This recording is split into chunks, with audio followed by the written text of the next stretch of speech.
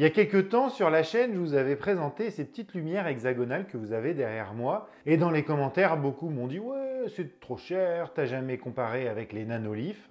Eh bien aujourd'hui, on va comparer, même si vous allez voir que ce n'est pas la même gamme, avec les Nanolith Element. Alors je vous explique, ce test n'aurait jamais dû être présent sur ma chaîne, puisque comme vous le savez, sur ma chaîne, on teste des produits domotique et tech pas chers. D'ailleurs, si ça vous intéresse, n'hésitez pas à vous abonner à la chaîne et activer la petite cloche de notification pour être au courant de toutes les nouvelles vidéos que je sors. Mais c'est un énorme concours de circonstances. Jérémy Dufour, qui est un YouTuber tech, je pense que beaucoup le connaissent d'entre vous, mais si vous ne le connaissez pas, n'hésitez pas à aller voir sa chaîne, je vous mettrai le lien en description de la vidéo, m'a mis en contact directement avec Nanolith pour les recevoir et j'ai trouvé vraiment ça intéressant. Et oui, parce qu'on a beau vouloir tester des produits pas chers, c'est aussi hyper intéressant de comparer aux grandes marques et aux produits premium. Comme ça, si je vous en présente d'autres, des petites lumières hexagonales, eh ben, j'aurai un élément de comparaison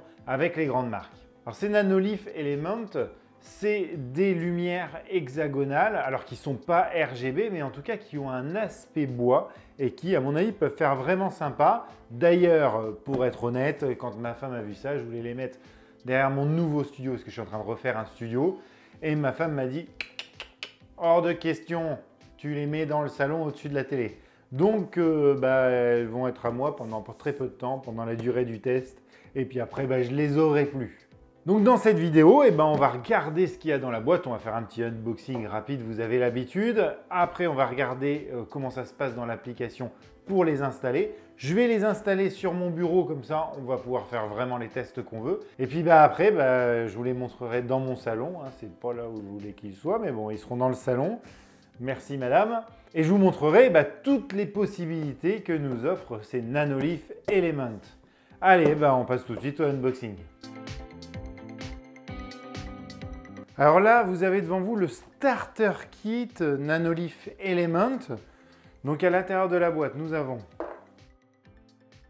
une notice où il n'y a pas le français, mais bon voilà, c'est des petits dessins, donc c'est quand même assez facile de savoir ce qu'il faut faire. Une petite carte avec des QR codes ici qui va vous simplifier l'installation, soit pour iOS, soit pour Android.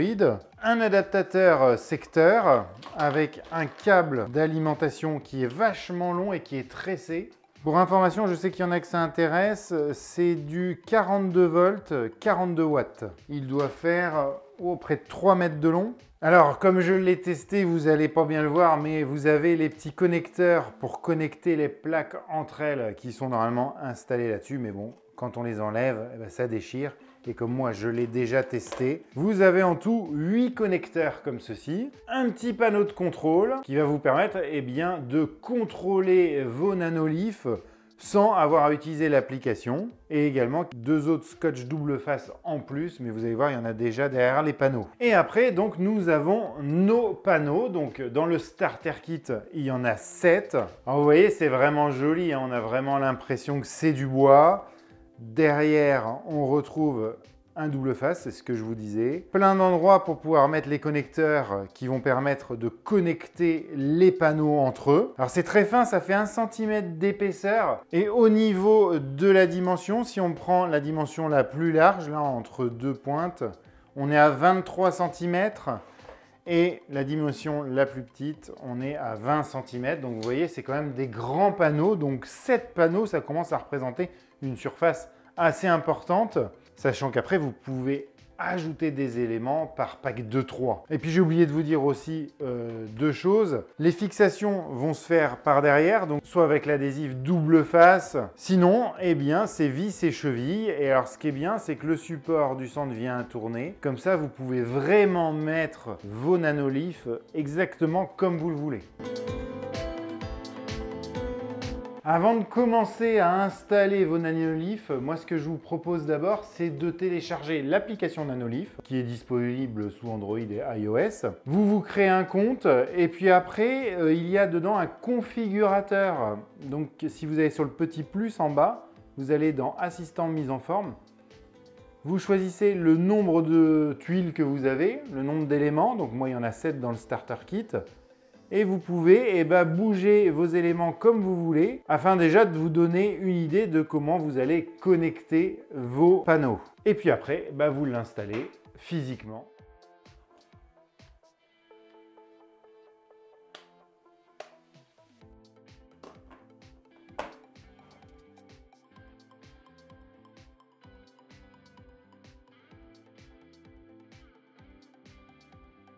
Et voilà, c'est installé. Alors vous voyez, c'est vraiment très simple. On clipse, on clipse, on clipse. Il n'y a aucun souci avec ça.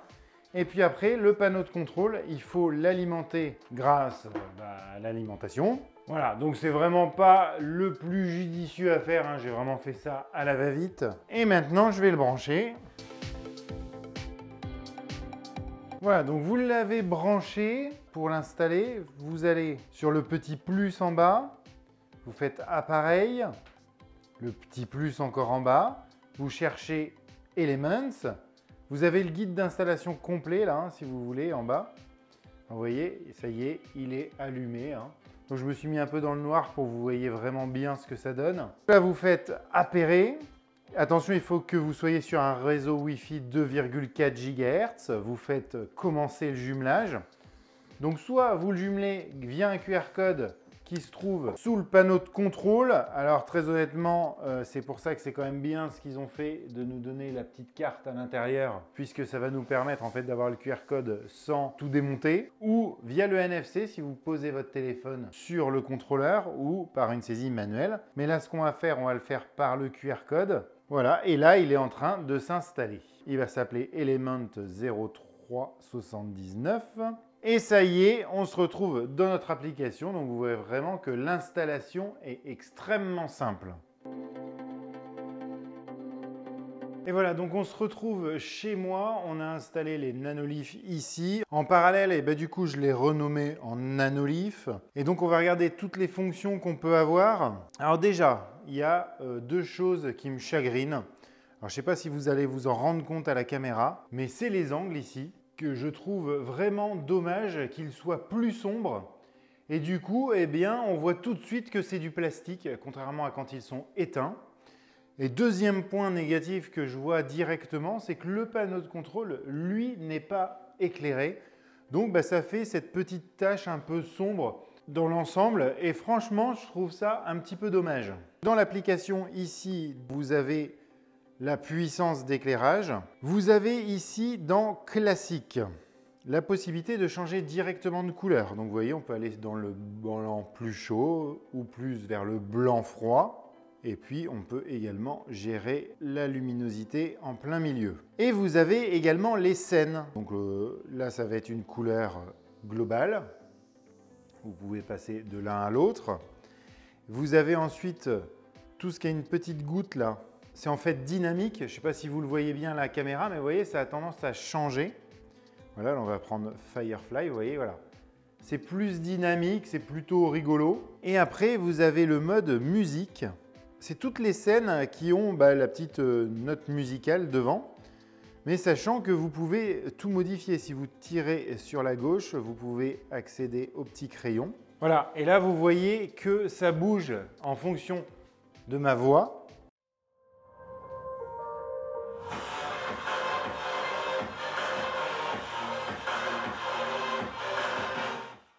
Et l'avantage également, c'est que je trouve que même éteint, et oui, parce qu'on a encore le panneau de contrôle qu'on peut gérer, c'est un élément de décor même quand les panneaux sont éteints. Et je voulais vous montrer également que les surfaces ici sont tactiles, donc vous pouvez le paramétrer comme vous voulez. Alors je ne sais plus comment je l'ai paramétré, mais je crois que quand je lève comme ça me change de scène. Et quand je vais sur le côté, comme ça, ça va me changer la luminosité. Voilà, vous voyez, là, je vais de plus en plus fort en luminosité. Là, je vais de plus en plus faible en luminosité. Et alors, au-delà de ça, ce qui est vraiment sympa, c'est que c'est compatible avec beaucoup d'assistants vocaux et avec la plupart de vos solutions domotiques. En effet, c'est compatible avec Google Home, c'est compatible avec HomeKit, avec l'assistant vocal d'Amazon, avec IFTTT, avec SmartThings. Vous voyez, c'est vraiment Une solution qui est complètement globale, vous pourrez faire des scénarios avec. Et d'ailleurs, je vais vous le montrer tout de suite avec l'assistant vocal d'Amazon. Donc bien sûr, dans l'assistant vocal d'Amazon, il va falloir que vous liez la skill Nanolith et je vais vous montrer un peu ce qu'on peut faire. Éteins Nanolith. Voilà. On peut faire aussi allume Nanolith. Mets Nanolith en blanc. Mets Nanolith en blanc chaud.